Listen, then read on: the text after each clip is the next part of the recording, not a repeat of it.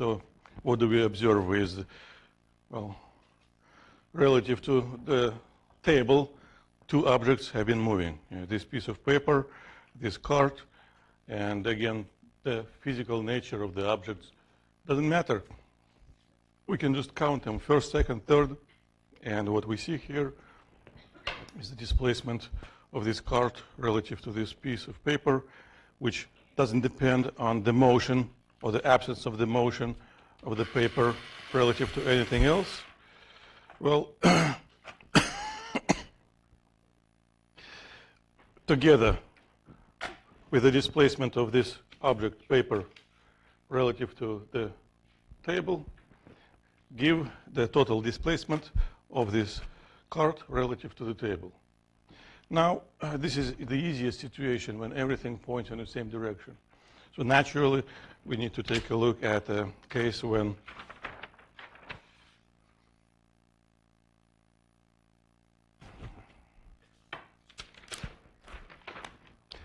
yes? So the displacement relative to the table, and the displacement of the cart relative to the paper? This question is simultaneously good and have no meaning.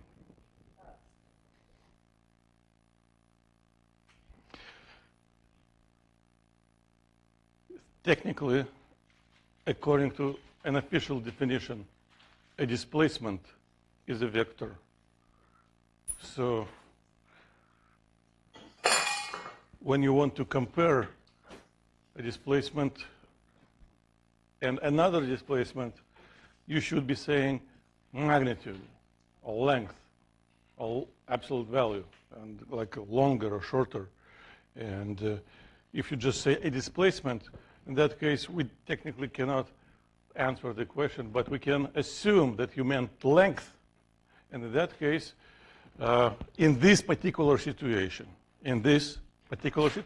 you can see from the picture that the magnitude of the displacement of the cart relative to the table is greater than the magnitude of the displacement of the cart relative to the paper. Natural question is, by the way, for sale.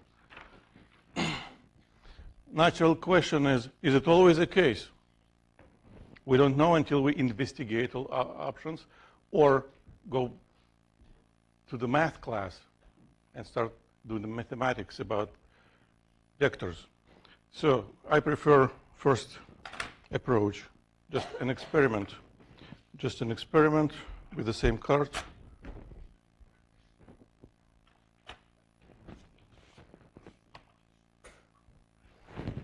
See, people who designed this room, they didn't think of a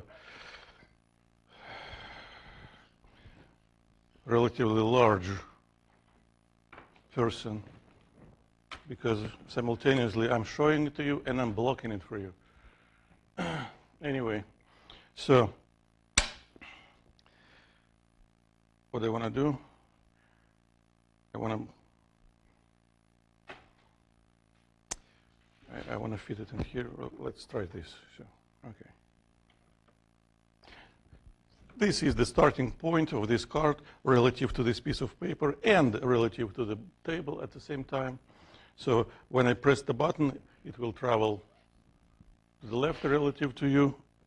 And I'm going to now pull this paper again in the same direction. And let's see what's going to happen. Move.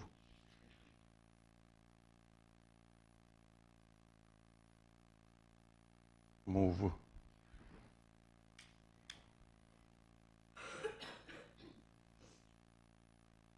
It's your fault.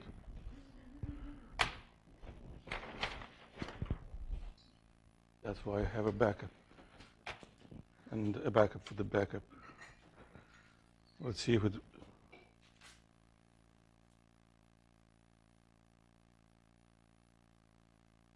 They just don't want to move. Okay.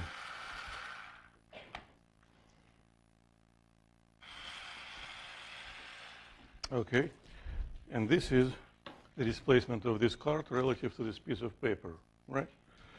So now, and because this piece of paper represents like a lake, the same displacement we observe relative to the table.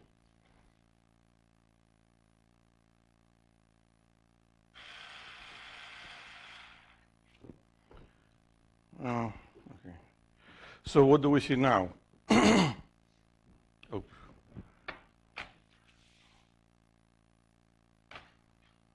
I moved the wrong one. Go ahead.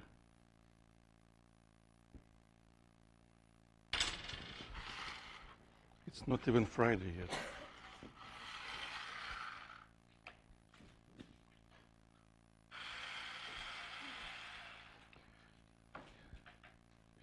All right.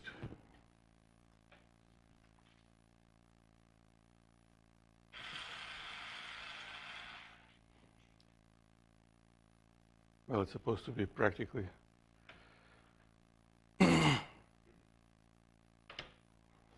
Well, anyway, it's supposed to be practically here, right? Maybe battery is dying. So, markers.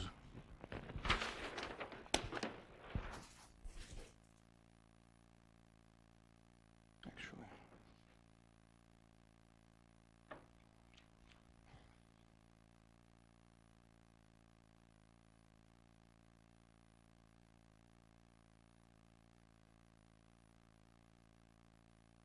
What's what?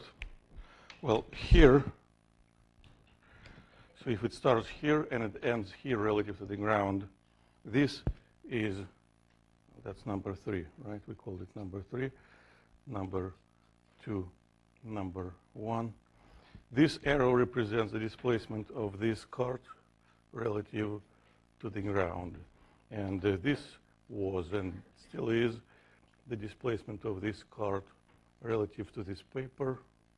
But the paper was traveling to the right, and this represents the displacement of the paper, object number 2, relative to the object number 1. This is how it moved. Yeah. For example, you can look at this red object. It was moving with the paper. If you imagine a river, you can imagine this is a raft in a river. Raft has no sail, raft has no engine, raft just travels with the stream. So the speed of the raft relative to the shore is basically this speed of the stream of water relative to the shore. And now, according to tail to a head rule, R32 plus R21 still equals R31. The equation hasn't changed. We just have to keep in mind that we use vectors here. This is a tail to a head rule. One arrow plus another arrow. This is the initial, this is the final kind of location for this vector addition walk. And when we use vectors, the equation which relates those displacements is the same. It's the same equation. However, now, when we want to relate distances, magnitudes, numbers, situation is different. Now, if we want to use magnitudes, we should say that magnitude of this displacement plus magnitude of this displacement will be equal to the magnitude of this displacement. Magnitudes, absolute value, length. So if I want to calculate the magnitude of this final displacement of the third object relative to the ground, that actually will be the difference, because I have to take this and subtract this to get this magnitude. Or I can solve this equation. What did I do? That's 3,2. 3,1 plus 2,1, 3,2 in magnitudes. So 3,1 will be equal to magnitude of 3,2 minus magnitude of 2,1. So when you So this is an important, again, example of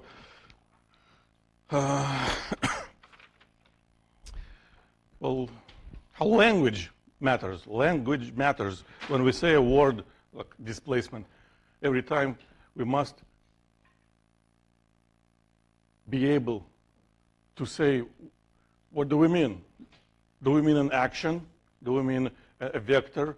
Or do we mean the length of that vector? Depending on what we mean, our equations look differently.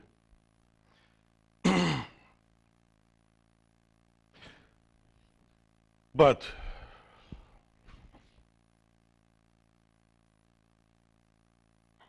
most textbooks, when they say word displacement, they mean magnitude. In this class, when we say word displacement, we mean vector. So displacement over time is velocity. If where is it here? If the equation which relates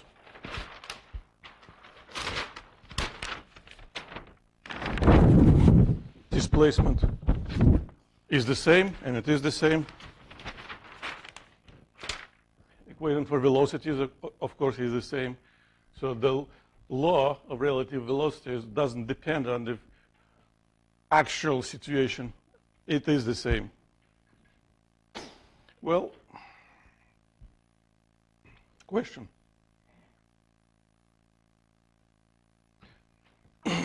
This question refers to the picture we saw. A passenger was walking inside the airplane, which was flying above the ground.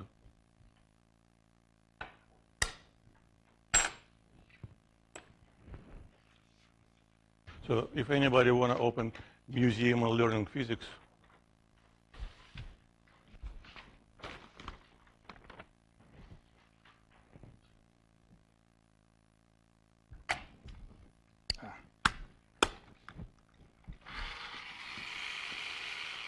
too late.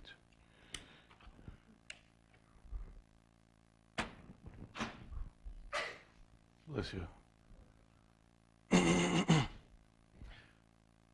Well, picture worth 1,000 words. So people who draw a picture, that's what we call participating. People who don't draw a picture, that's what we call being present. And the picture is, well, to which situation the picture is similar, to the first one or to the second one? The first situation, when everything was pointing in the same direction. Second situation, when displacement were opposite. So one displacement points west, another points east. So that's the case number 2. That's not the case number 1. And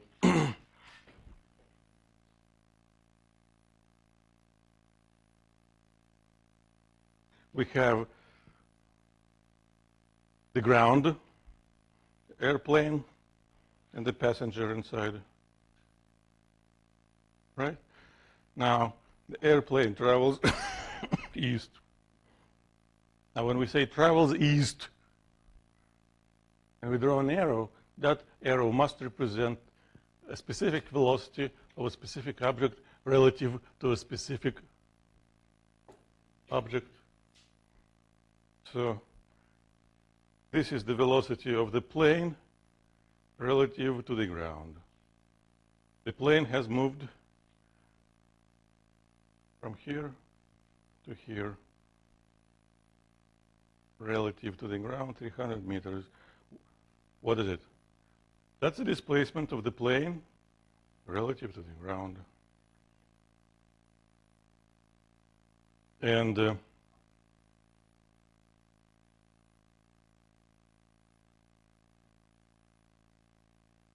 I'm just giving you time. Please keep entering your answer. And the person walks inside. Inside the plane means there is an observer on a plane, another guy who's watching. There is always an observer. And when we say relative to the ground, we mean as seen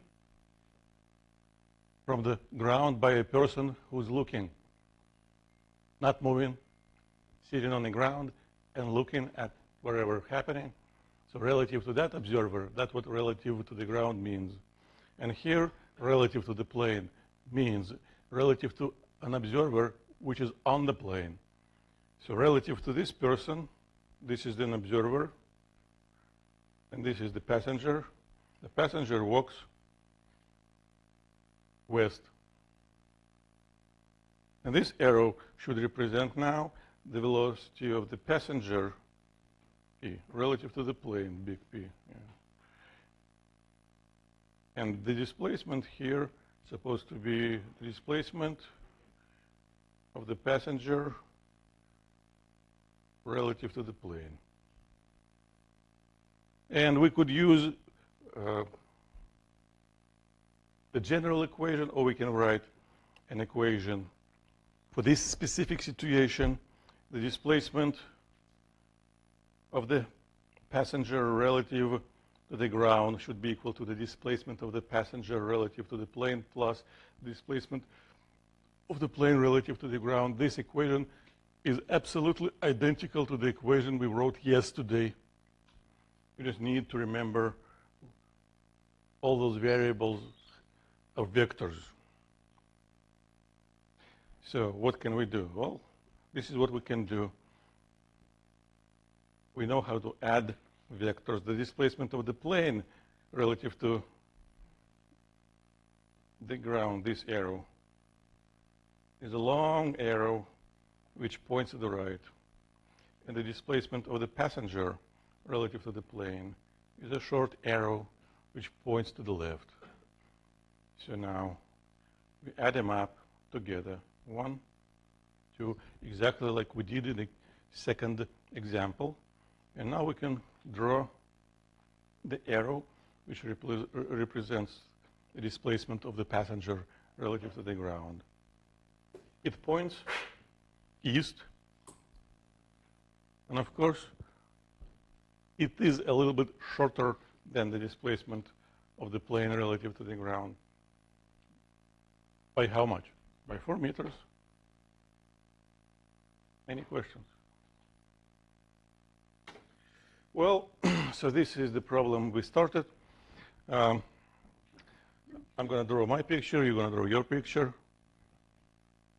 This situation includes 2 parts. Round trip means traveling east first and then back. So on its way east, what's happening?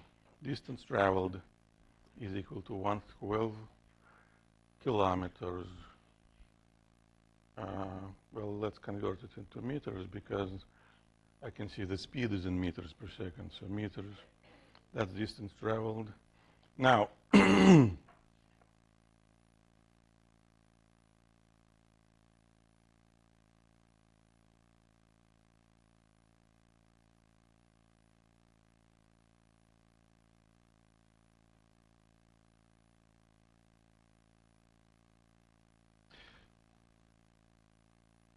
so speed of the cloud relative to the pilot.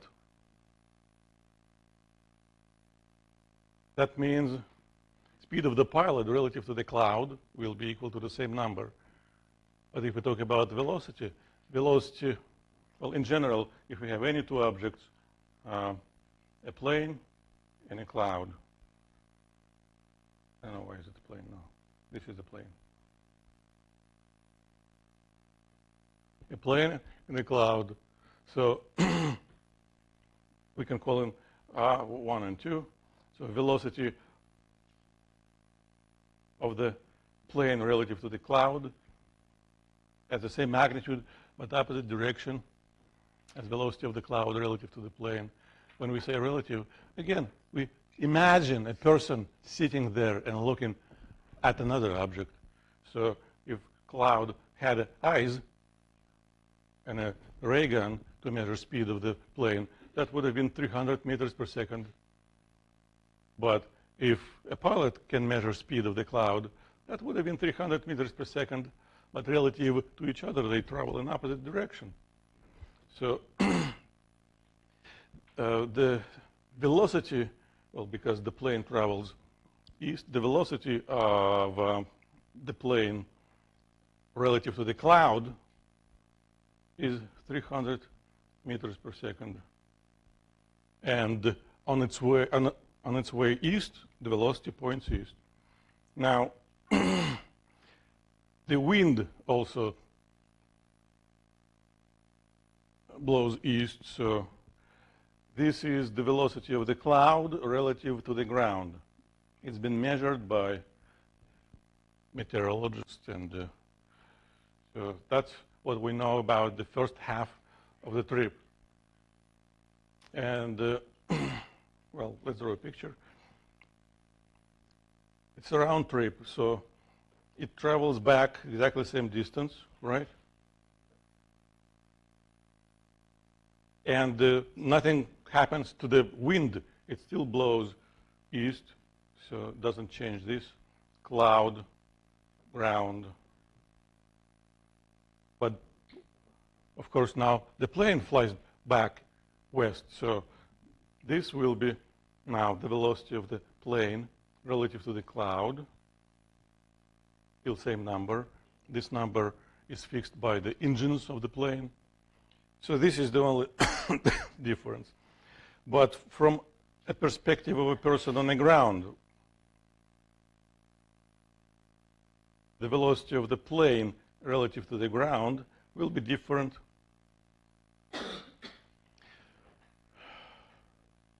Now, the equation in each situation which relates velocities is exactly the same, because the law doesn't depend on the nature of the situation.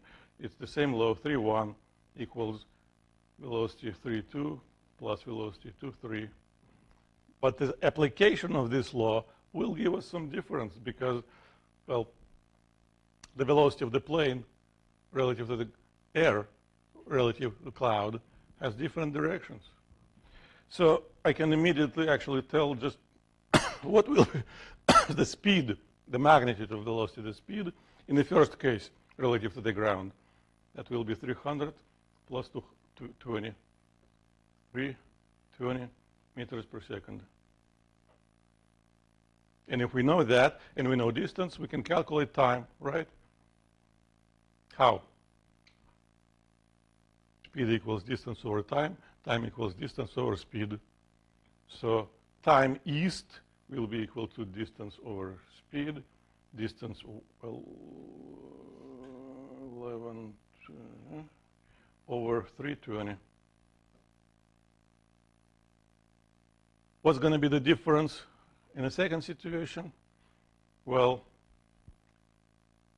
in terms of vectors, the equation is the same, but if we go from vectors to magnitudes, now we know we have to subtract actual values. So the magnitude of the velocity of the plane relative to the ground, which we call speed of the plane relative to the ground, now will be equal to 300 minus 20, because the air dragged it back a little. So that's going to be 280. And of course, now we can calculate time west, which is same distance over, how many zeros? Too many zeros. Over 280. And if we add these two numbers, we get the total time for the whole trip. Just an illustration how direction might affect the speed. The equation for velocities, again, is exactly the same. But the transition from vectors to numbers brings some difference. Any questions? Please. Please ask a question.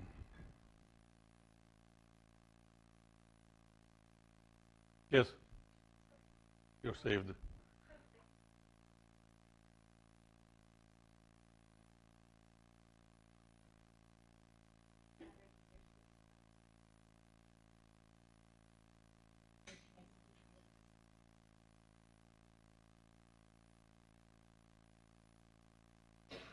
if you want to use numbers, I would suggest using components. It's more accurate and less risk to make a mistake. So this is vector number 1. Well, let's call him the plane is the object number 3, the ground is the object number 1, the cloud is the object number 2. The equation which relates velocity is always the same. This is 3, 2, and this is 2, 1. So what we know about vectors, they have components. Components, well, in this situation, very simple. Relative to the x-axis, the x component of what we're looking for should be equal to the x component of this velocity plus the x component of that velocity. But in numbers, see, this vector points opposite to positive x direction, which means the component is negative. And this vector points in positive x direction, which means the component is positive. So the x component of the velocity of the plane relative to the ground is negative, of course, because it travels to the left. But the magnitude of this absolute value, what we call speed, is just a positive number. When you're not sure how to apply tail to a head rule, how to add vectors geometrically, you can always switch to components. Components never lie. People do. Components don't. So that's the answer. And now we're going to talk about situation when velocities are angled toward each other. Here we have a standard case of well, a boat traveling across a river. So let's first take a look at this case in general.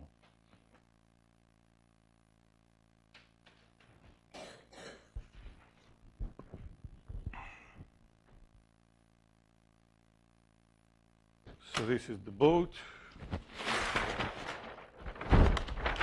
This is the river. Okay, let's see. Okay. So this is the case number 1. That would have been case number 2. So if we want to cross the river, the boat might be directed at some angle relative to the stream. And what's going to happen now?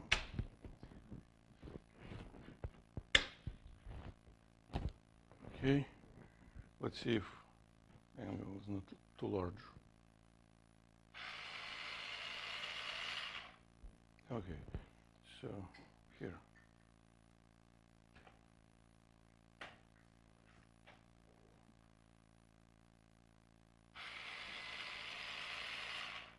This is the displacement of this boat relative to the river or lake. Doesn't matter, because as we know, the motion or the absence of this motion doesn't affect this displacement. So now what's going to happen if it's not a lake, a river?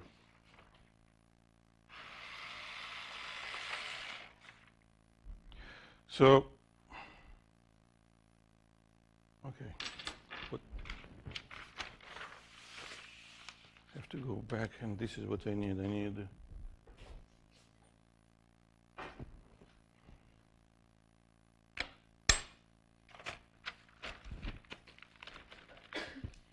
because I need to know the starting point.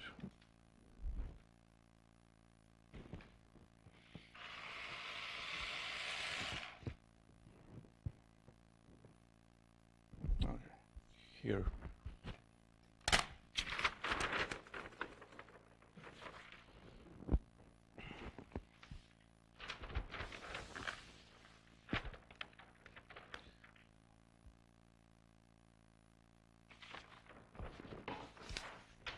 That's all we need. So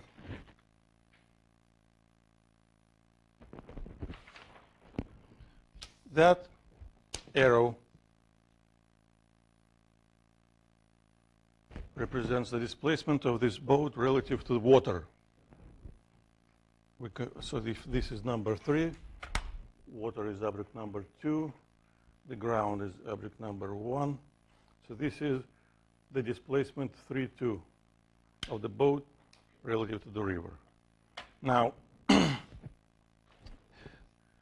again, if this is a river and we're looking at the raft which travels with the river, this is the displacement of that raft, which is the displacement of the water relative to the shore during this time interval. So that's water relative to ground.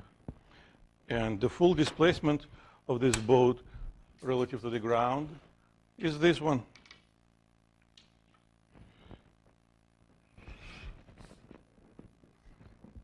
R31. We can see again that the displacements related by exactly the same equation.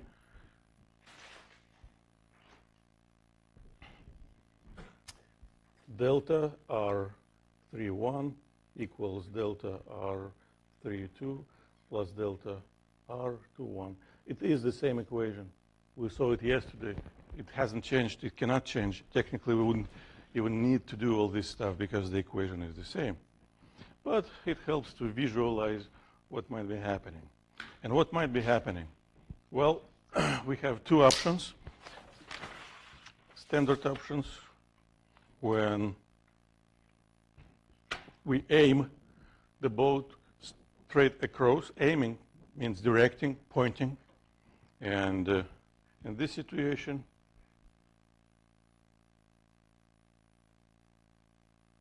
narrow. Okay, we'll see.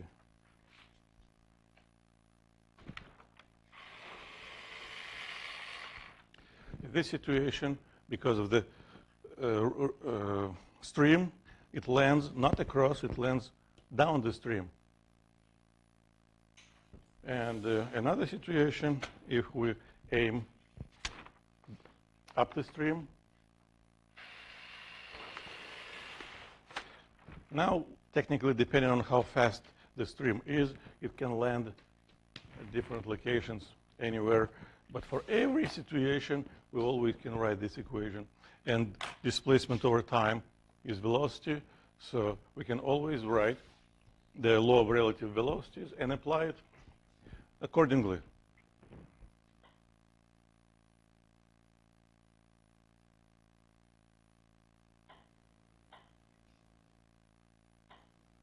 And that's what we're going to do. Again, technically, this is nothing new. This is application of a well-established and learned theory to different, slightly different situation. The projectile motion, which we learned yesterday, is an actual two-dimensional motion. This motion is not two-dimensional. You saw the cart was traveling along a straight line.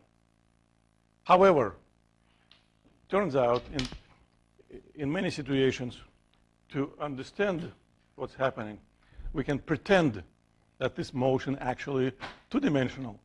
We can select two axes conveniently.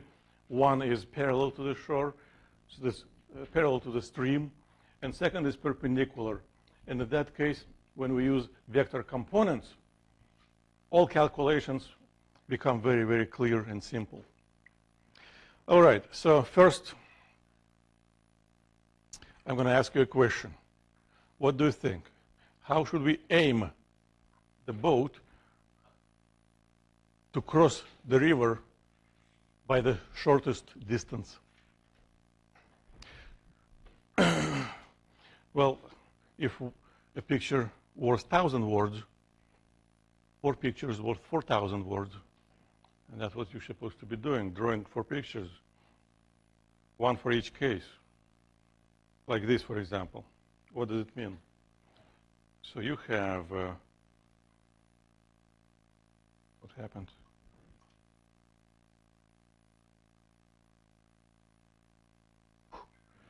You have the river.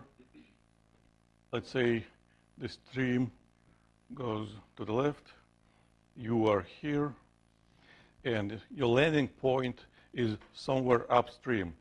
Well, in a lake, or without any stream, if you aim your boat straight across, you would land straight across. Upstream means you landed somewhere here. So in this situation, relative to a person watching from the ground how the boat moves, this would be the displacement. Now, next situation, you start here and you land at the point directly across. Directly across means this. So that's the stream, that's an observer on the ground looking at you, your friend or enemy. And that's what that observer observes. Now, you aim the boat directly across, but the stream drags you down. So this is something like this. And the last situation, you start here and you drag down even more. And if you look at these four pictures, well, which picture represents a situation when you travel the shortest distance? Which picture represents a case of the shortest distance?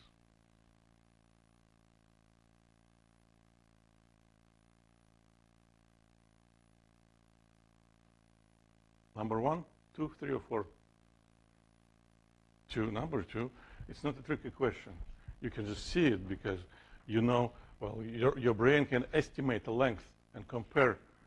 So all other options are longer, longer, longer, even longer. So this case represents the shortest distance. So again, this is your displacement or displacement of the boat relative to the ground. It's very important to understand what it is. In order to travel that way, you can't aim the boat perpendicular to the shore or to the stream, because that would have been this case or this case. So if you aim straight, if you aim directly across, that would have been the velocity of the boat relative to water. The stream drags you down. So you have to aim your boat differently. These words, angled, aimed, point, directed, they describe the orientation of the boat. The speed of the boat doesn't depend on the orientation. The speed is a fixed number because it depends only on the engine, on the properties. But the orientation, the velocity, depends on how you aim it.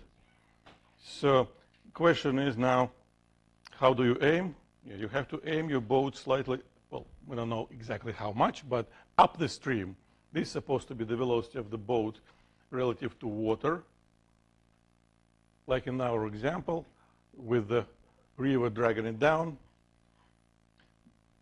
that should be the velocity of the water or river relative to the ground. And these, well, and if this arrow, this long arrow, represents the displacement of the boat relative to the ground, that means the velocity of the boat relative to the ground should point in the same direction, because velocity is displacement over time. So these are vectors we need to relate. How? Well, of course, we have to write the law of relative velocities. So that's the answer. And we just have to solve a specific problem to finish this type of a strategy. So again, same picture. We start here. We aim the boat like that. This arrow should represent the velocity of the boat relative to water. So an observer on the ground watching how you travel relative to the observer, you travel straight across. That's the velocity of the boat relative to the ground. And there's velocity of the stream relative to the ground, velocity of water relative to the ground. That is the velocity of a raft or leaf which flows with the stream. So if this guy is looking at that raft or leaf and measures velocity, that will be this number. Now, the law of relative velocity says velocity of the boat relative to the ground should be equal to the velocity of the boat relative to water plus velocity of water relative to the ground. So now that gives me 5 plus 3, 8.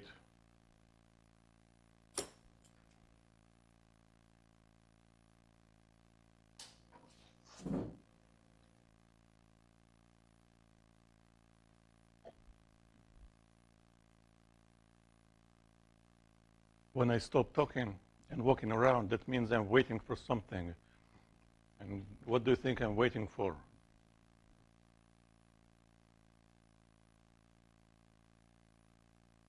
What do you think I'm waiting for right now?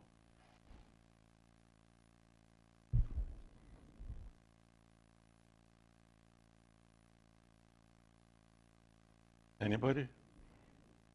I'm not very often here in the back. So what do you think is happening? Good? Any questions? No questions? No suggestions? No opinions? Anybody? Yes?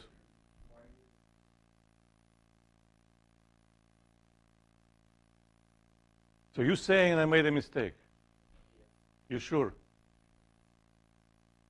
You're right. I made a mistake. Like many people make similar mistake. That's a very wrong way to do it. What's wrong with that? Anybody? What is wrong with this type of a calculation? Yes?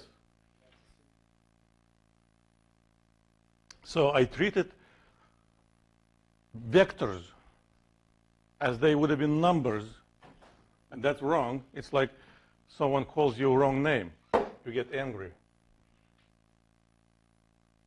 So I made a mistake. Each variable in this equation is not a number. Why did I make that mistake? Because I was lazy. I didn't put this sign which says it is a vector, it is a vector, it is a vector. If I would put this sign, I would know that I cannot do this because this is wrong.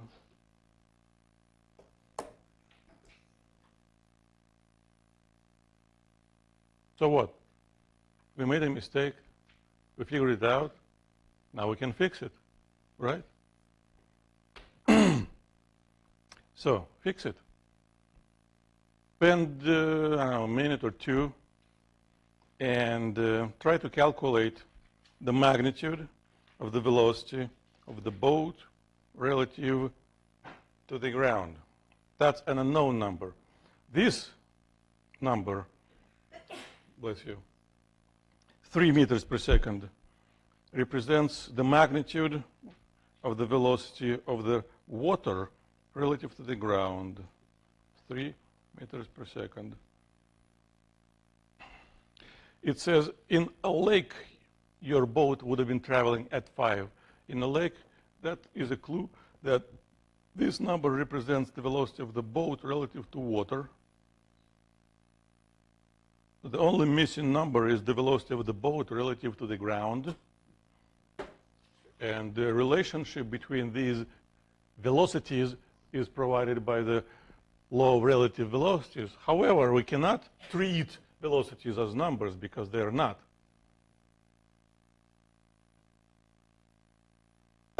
But you know how to treat them as vectors because it's a vector addition situation. You just have to add two vectors to get the third one and figure out the magnitude of the third one. And in order to do that, you have to draw a picture which clearly shows three arrows, the arrow number 1, the arrow number 2, and after that, the arrow number 3, the one which we are looking for. Not today, but soon, I'm going to ask you to take a picture of your picture and email it to me. So be prepared, it will happen. You may need a cell phone, tablet, or a friend with a cell phone or a tablet. If you don't have friends yet, start looking. So,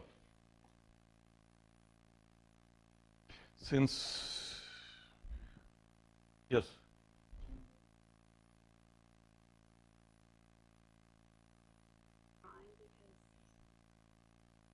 Problem doesn't necessarily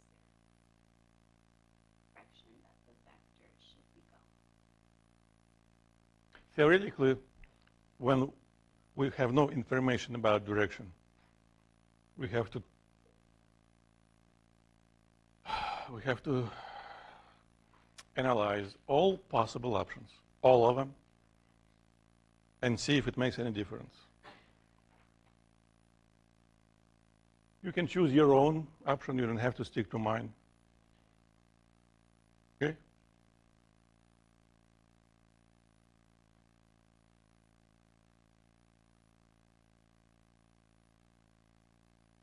So as long as anybody has a number, just show me you have a number. Say, okay, thank you, thank you, thank you, thank you. Oh, perfect.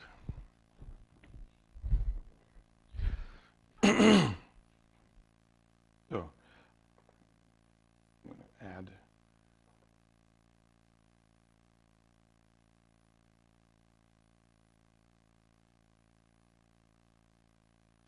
an extra slide. So all I need is just vectors. And so this is the velocity of water relative to the ground. My choice, doesn't have to be yours as well. And the magnitude equals 3. My short memory is short. 3 meters per second. And this is how we aim the boat relative to water. And the magnitude of this, 5 meters per second. Now, we know that the velocity of the boat relative to the ground should point like this, perpendicularly to the stream, boat, ground. But we don't know the magnitude of that. But what we do know is that the law of relative velocities relates these three vectors.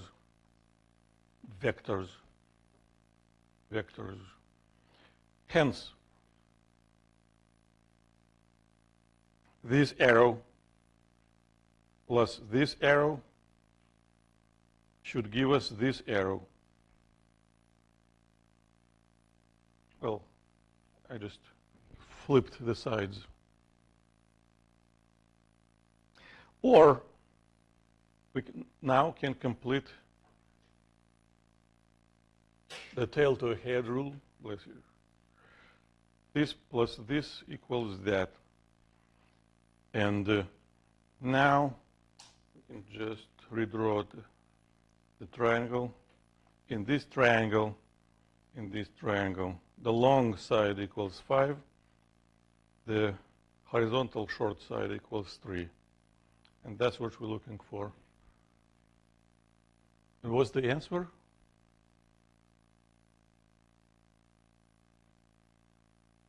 This number. Yeah, so what's the number? I heard you. Thank you. What's your number? You see? You lost 30 seconds.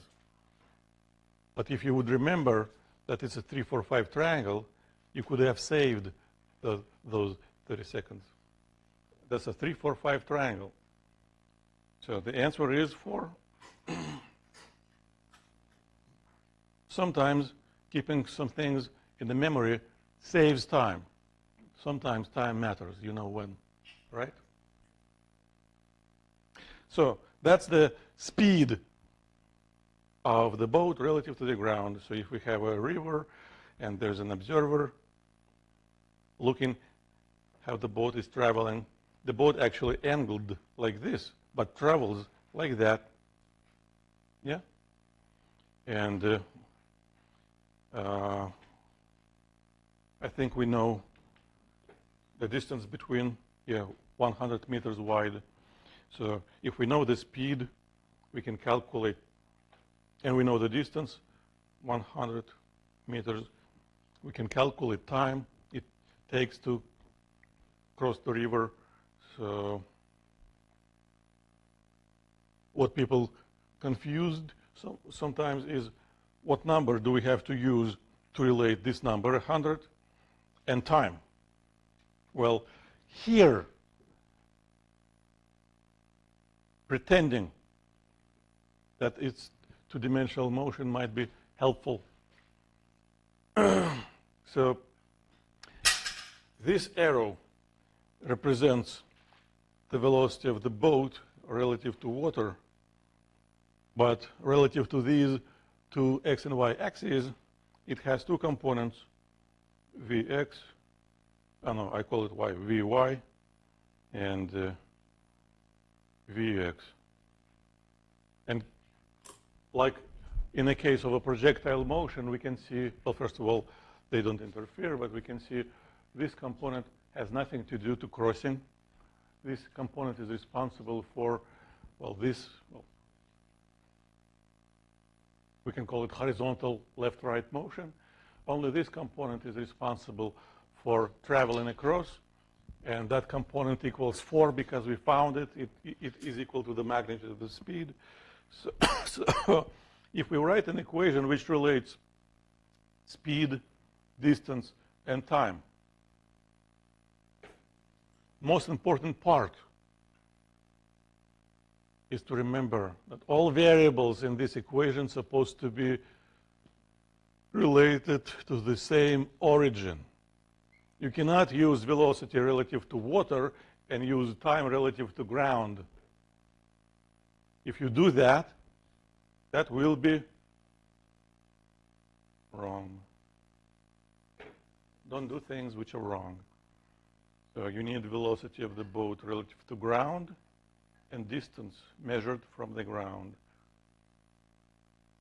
And time, of course, will be equal to 100 over 4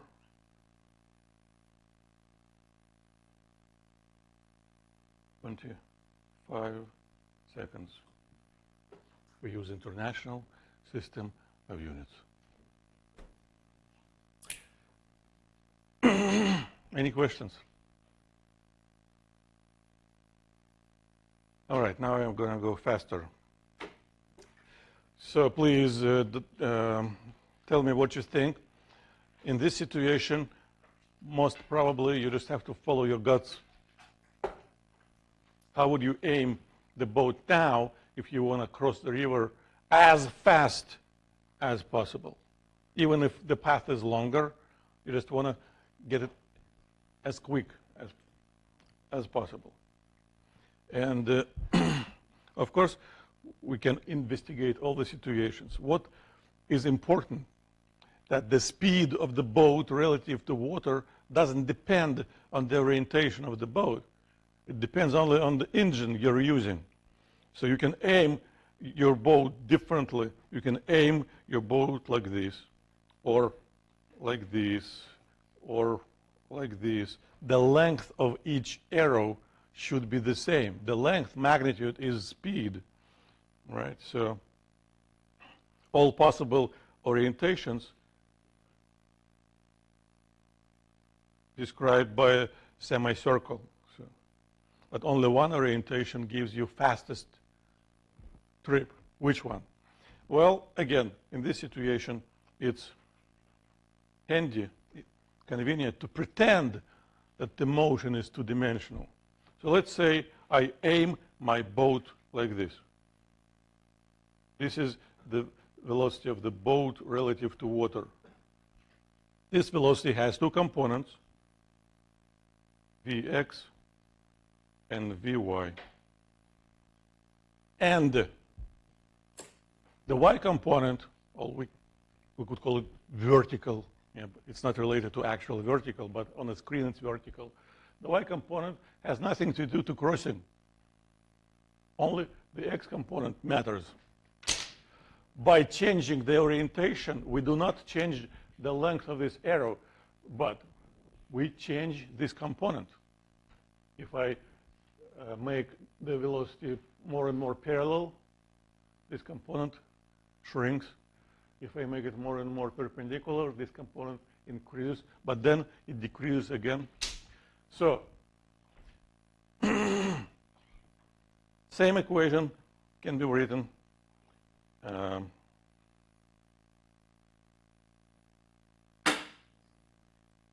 in components. In components, this should be equal to distance over time, or time should be equal to distance over the x component. If I want to decrease the time, what should I do to the x component? Increase it, makes it as large as possible. So which of these arrows would give me the longest x component? This one. It doesn't have y component at all. So this is how we should aim the boat in order to travel as fast as possible, but because of the stream, we will land somewhere down the stream.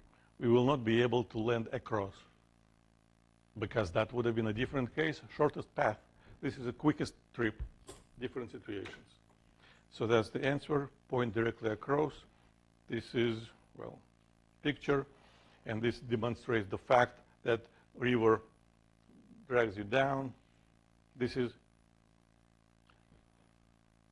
how much distance you will be dragged down relative to your initial location down the stream. And of course, now we just need to solve a problem.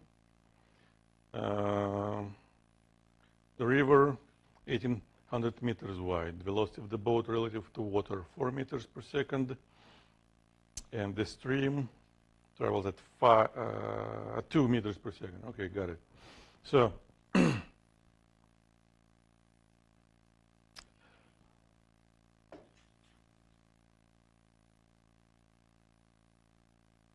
want to be consistent with this picture.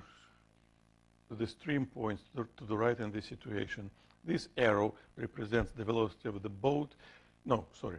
The velocity of the river, stream, water relative to ground, shores, tree on the ground. And we want to cross it as fast as possible. So that's how we aim the boat. This arrow represents the velocity of the boat relative to water. And as we know, the velocity of the boat relative to water plus velocity of water relative to ground equals velocity of boat relative to the ground. These are vectors. So this plus this equals what? This arrow represents the velocity of the boat relative to the ground. And well, so the landing point will be somewhere there. This is how much it will be dragged down the stream. And well, again, we have a triangle. In this triangle, what do we know? We know this 2 meters per second. And we know this 4. This is not a 3, 4, 5 triangle. I don't know why. But still we can use Pythagorean theorem to calculate this speed of the boat relative to the ground, square root of 2 squared plus 4 squared. And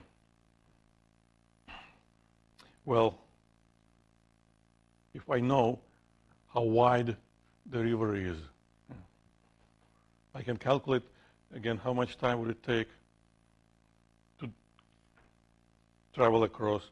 But in order to do that, which number should I use? Well, again, it is handy, convenient to pretend the motion is two-dimensional. So we need to relate length with this component. This component is equal to 4. So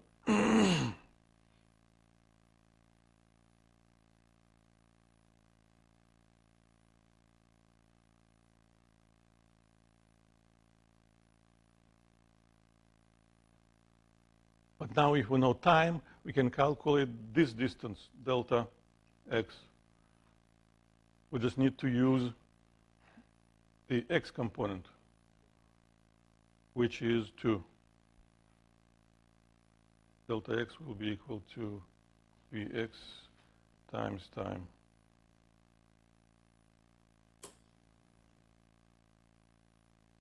We can find the displacement. The displacement is not equal to the width of the river, is not equal to horizontal displacement. It is equal to the length of this arrow. That's beginning of the trip, that's the end, that's total displacement. So how can we do that? Well, if we know this and we know this, we can use Pythagorean theorem. There's another option, because we know this speed times time, and we know time gives displacement. So again, we have more ways to solve this problem. And I've got slides. And this is the summary. I have 3 slides with the summary for different orientations. This is the case when the river travels horizontally-ish. This is the case when the river travels vertically. It doesn't affect physics at all. When we draw arrows, we just must be able to say the exact meaning of each arrow. That's it. The velocity of the boat relative to the ground is this. The velocity of the boat relative to the water is that. The velocity of water relative to the ground is this. Then we draw a triangle, and the triangle allows to calculate anything we want to. Any questions?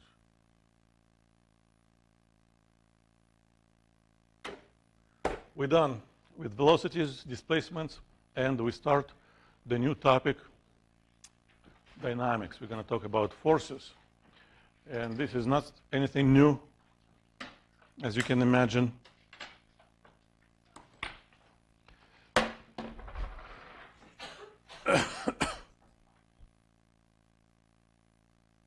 Everything we're going to learn today, tomorrow, next week, hundreds of years ago would give you a PhD. Now,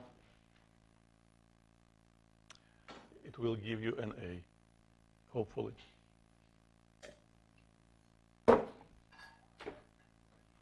So forces. We know a lot of information about forces just from our everyday experience. We know many forces. For example, we know that force of gravity exists. It is acting on anything which is close to relatively heavy object.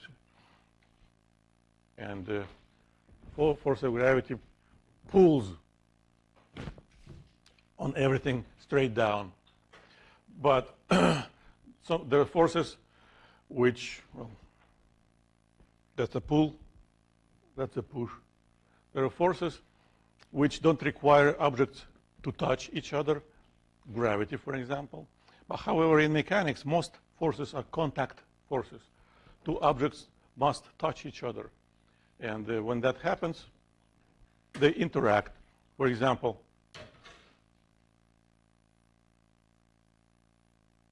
My finger touching this plate of the scale.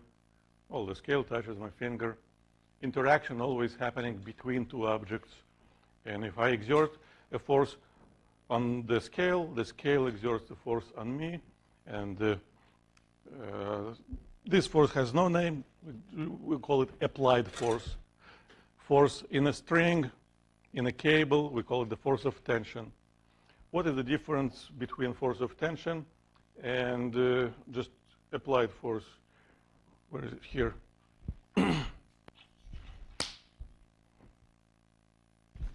My favorite textbook. With something stiff, I can push. I cannot push with a string. So tension can only pull. Force of tension always points away from an object in the string. Now, we know with the force of friction, right? You give it a push, it stops. Why? Friction. We also know the force which keeps things, for example, this table prevents this block from falling down. This type of force has a name, normal force. And the normal doesn't mean all other forces not normal or abnormal. Normal in mathematics and in physics means perpendicular. So the same block might sit on an inclined plane. Still, there is a force which prevents it from falling, normal force, which is perpendicular to the surface. But if I tilt the plane, oops. Which way? Here. The same surface still acting on this block prevents it from falling. But the force which we call normal has to be perpendicular to the surface. That's a part of a definition. So friction, of course, well, friction might be strong enough to prevent it from sliding, or not strong enough, it slides down. And friction always is parallel to the interface between the object and the surface, parallel to the surface. Elastic force inside a spring or a rubber cord. If you stretch it, you feel it. Yeah? Well, string, sometimes you can compress, still you feel it. Here in this scale, we have a spring, which I try to compress, and I feel it.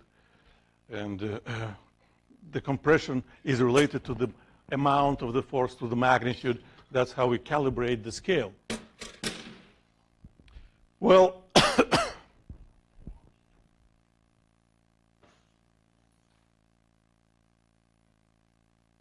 so a list of standard forces and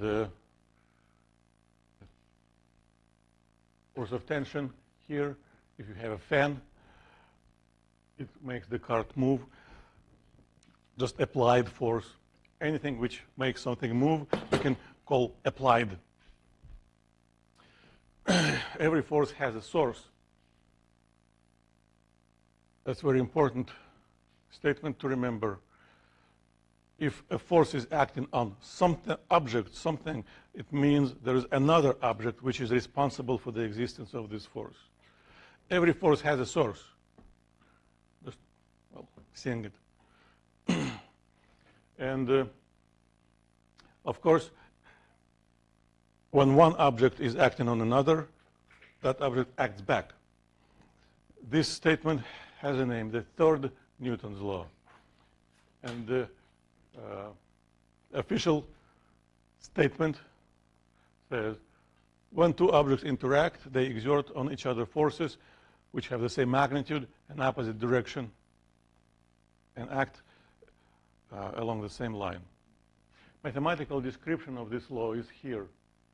So in this example, swimmer, the lady, he pushes on the wall. That's a force from the lady on the wall. And because of the interaction of the third Newton's law, there is a force acting from the wall on her. And according to the law, those forces have exactly the same magnitudes, but opposite direction. And this law applies to any interaction between any two objects. Doesn't matter, big or small, heavy or light. Any two objects, when they interact, they exert forces which have the same magnitude in opposite direction.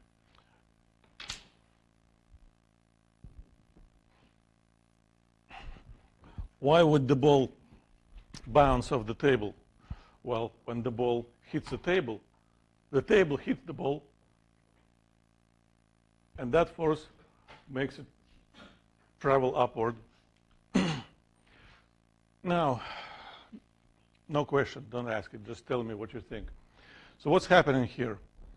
The heavy object, a crate, and two people pull on it.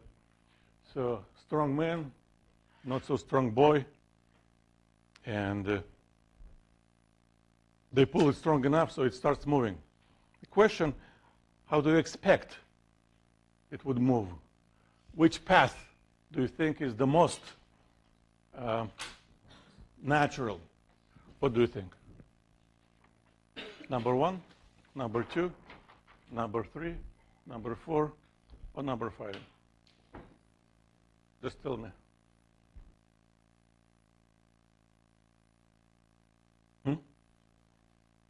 You say 2. Yes, of course. So this is basically something like that. One force pushes in one direction. Second force pushes in a different direction. But if they push simultaneously, that's what we see. And this simple experiment tells us that force is not a number. It has a direction. And if it's not a number, it has a direction. It means force is a vector. And when several forces are acting simultaneously on the same object, the result depends on all forces together. Together in mathematics means what? The sum, exactly. So when many forces acting together, we need to add them up together mathematically as vectors. The result is an abstract vector, but it has a name, net force or total force. And that force, net force, total force, is responsible for whatever is happening to the object or to the system. This is a standard mathematical symbol for the word the sum. So the sum of all forces acting on an object, that's the symbol, that's the name, represents the net force. That's a definition. It is equal to the sum of all actual individual forces acting on this object. That's what it is. So far, it's just definitions, and definitions don't require understanding. There's nothing to understand. They require memorizing. This is the question I want to ask you, but that's not going to be number 6 now. That's going to be just number 5.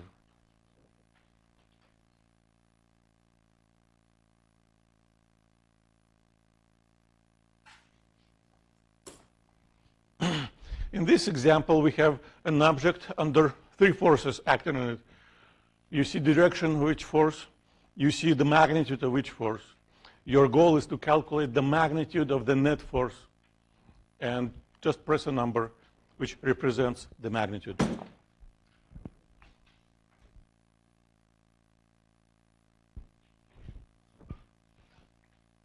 Yes? Cannot hear you.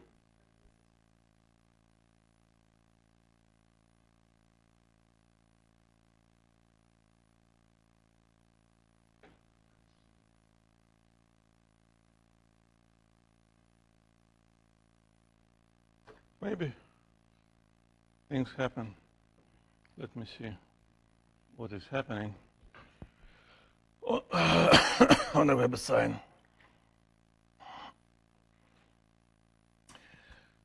So 30% said I was late.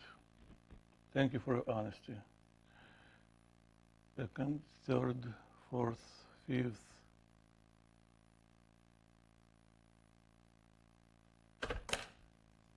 Okay, maybe I labeled 2 questions.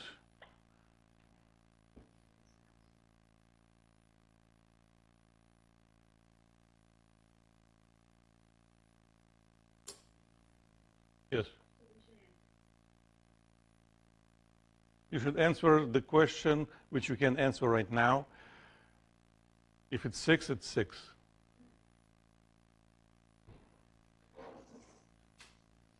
I thought, doesn't matter what I thought.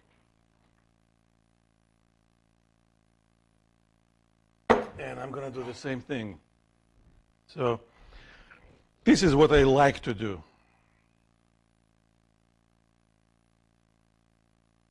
2 plus 3 plus 6 equals 11.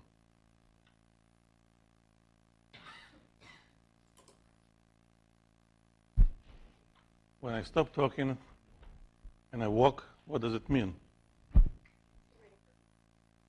Or, so please,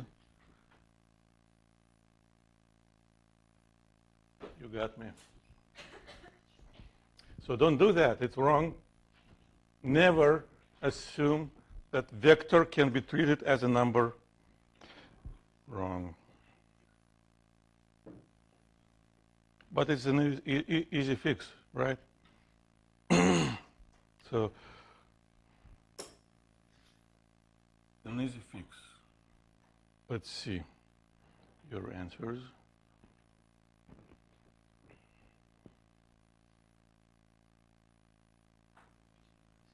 Plus, the answer 11 wasn't even presented in the web assign. Okay. Yes.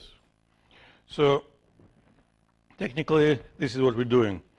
This plus this plus this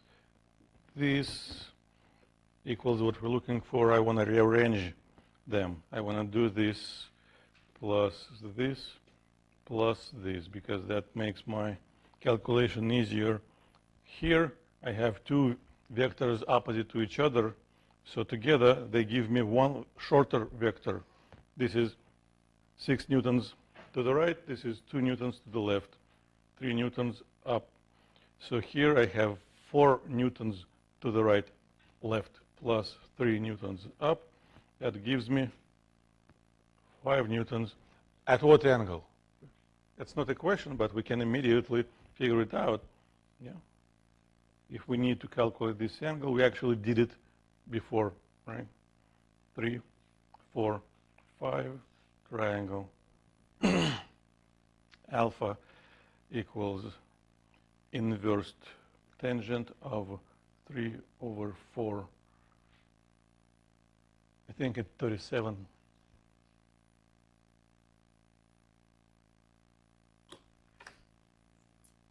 Well, that was an easy example, of course.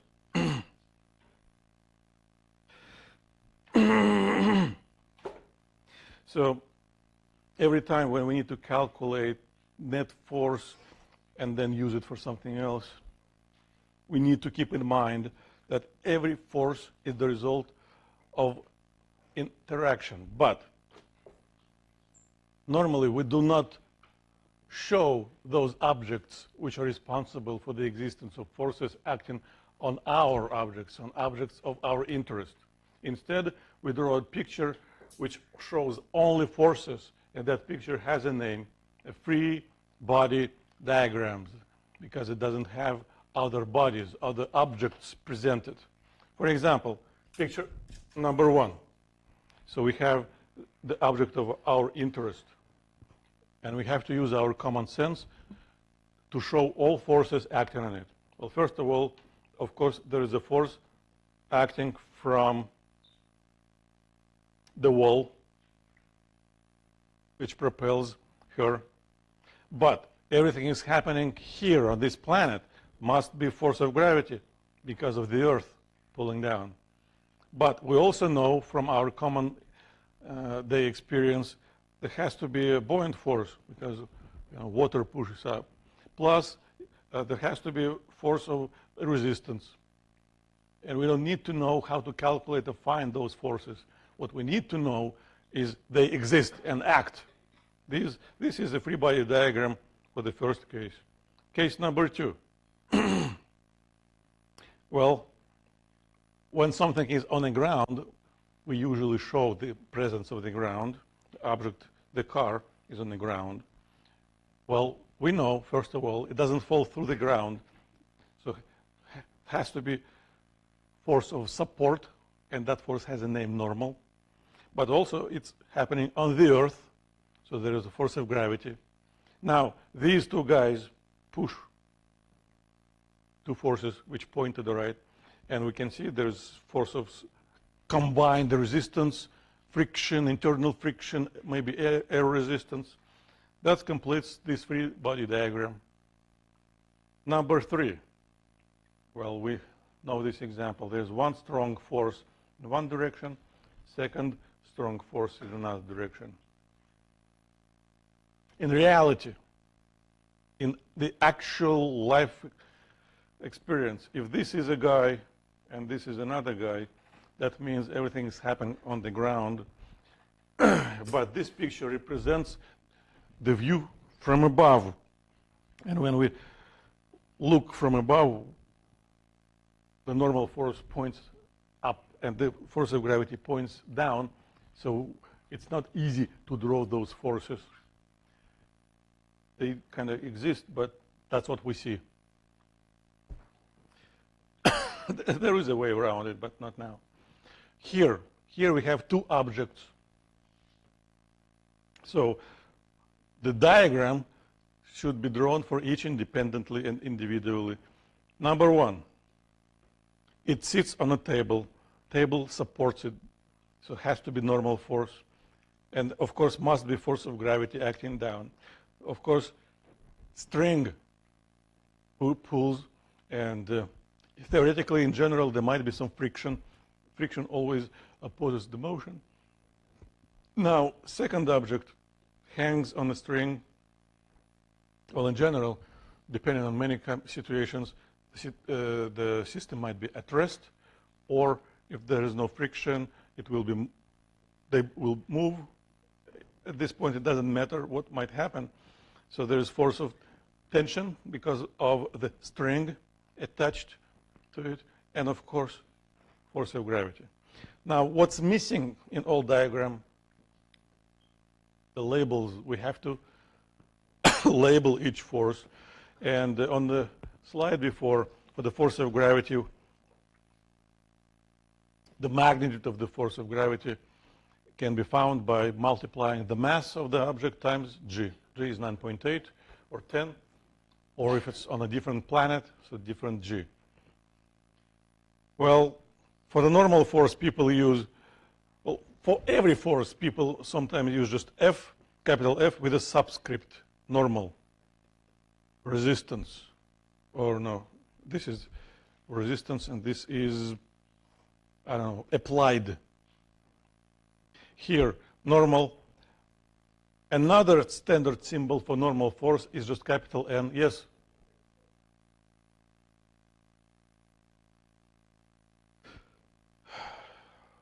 Can't hear you.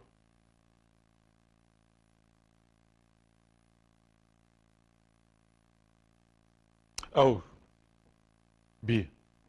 Thank you. Thank you for paying attention. When time is running up, I try to speed up, and sometimes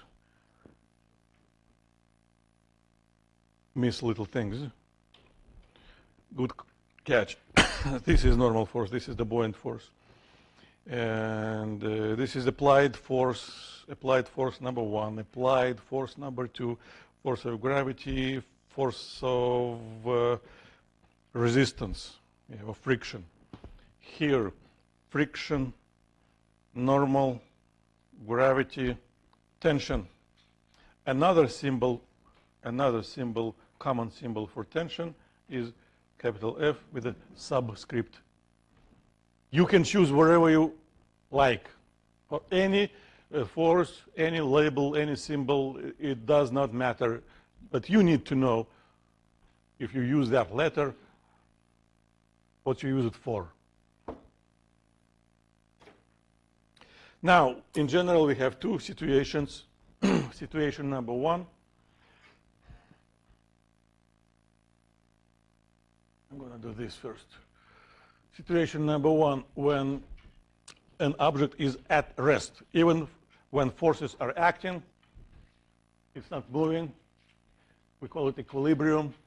And in equilibrium, the net force must be equal to 0. And there's a situation number two, situation when the net force is not 0. And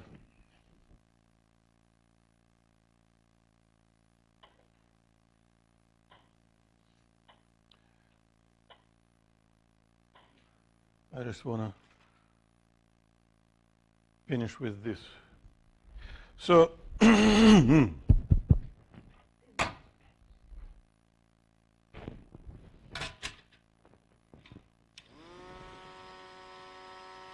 it's not moving. Why? Well, again, there is a force of gravity acting on it. There is normal force.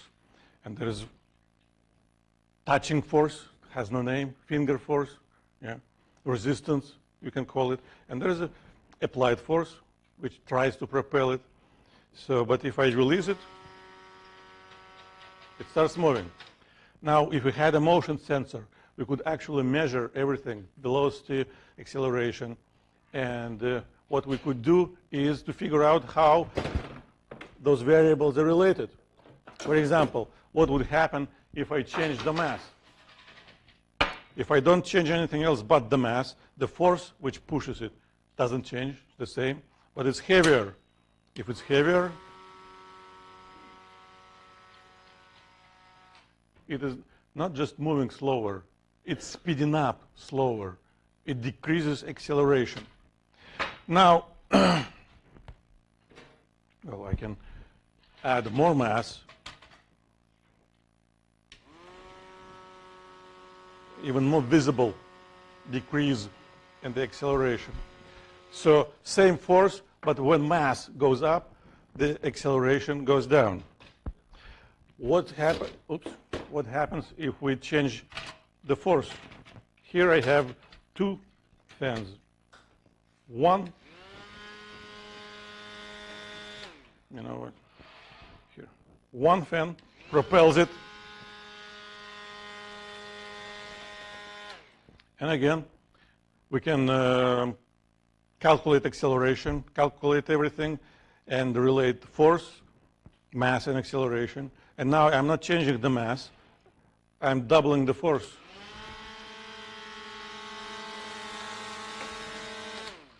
And when I'm increasing the strength, doubling the force, measuring acceleration, I can see it also changes. So that's what Isaac Newton came up with. He related mass, acceleration, and the force acting on a system. And before I go, one more thing. For this system, right now, this is an external force. So this fan pushes on air, and according to the third law, air pushes back. Well, that's all time I have. Thank you.